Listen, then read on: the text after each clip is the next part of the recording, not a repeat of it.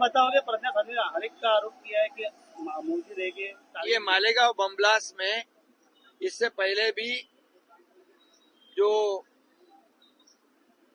Blast हुआ, इसके बारे में ये भगवा दहशतवाद है, भगवा आतंकवाद है, ऐसा स्वरूप देने का काम तत्कालीन यूपीए और कांग्रेस सरकार ने किया। ये हिंदुओं का अपमान है, ये भगवे का अपमान है। इसलिए उन्होंने पहले तो हिंदुत्व की जाहिर माफी मांगनी चाहिए। और दूसरी बात, उसके बाद एक रिटायर्ड पुलिस ऑफिसर कहता है कि सर संघ चालक मोहन भागवत जी को भी अरेस्ट किया जाए, इस केस में उनको फंसाया जाए, उन केस में उनका इन्वॉल्व करना चाहिए। ऐसे क्यों किया उन्होंने?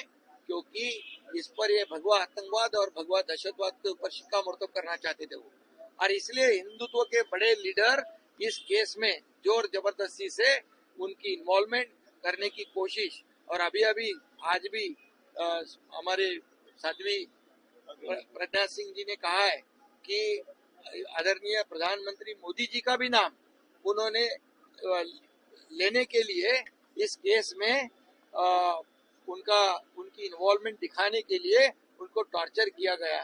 ये बहुत ही दुर्भाग्यपूर्ण बात है, ये बहुत ही निंदाजनक बात है।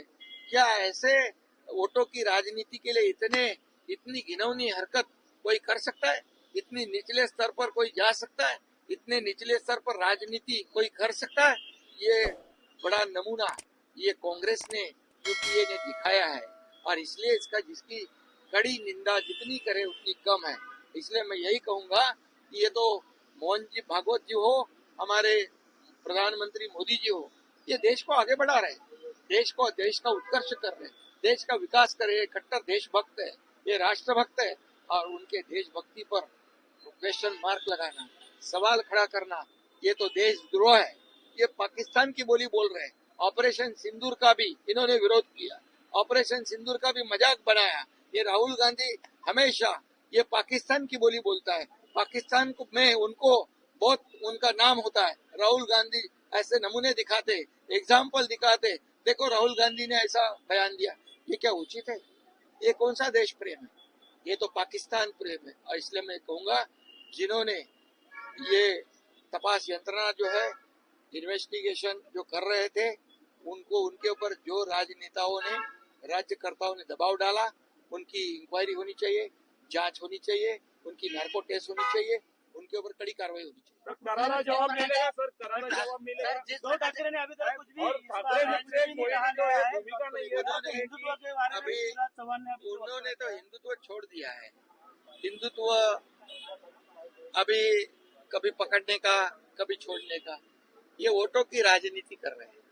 और ये पब्लिक है, सब जानती है। आज इतनी बड़ी घटना होने के बावजूद जो कहते हैं हमने हिंदुत्व छोड़ा नहीं है, वो कहाँ गए? एक भी शब्द जबान से निकला है? बाला साहब ठाकरे जी का हिंदुत्व को हम आगे बढ़ा रहे हैं। और इसलिए मैं कहूंगा कि दूध का दूध, पानी का पानी होना चाहिए।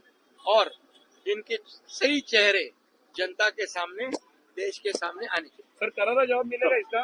बिल्कुल करारा जवाब मिलेगा। हिंदुत्व का अपमान करना, भगवा अपमान करना और देश प्रेम का अपमान करना, इनको करारा जवाब मिलेगा। करारा जवाब जरूर मिलेगा। इस देश की जनता, इस महाराष्ट्र की जनता जरूर उनको करारा जवाब देगी।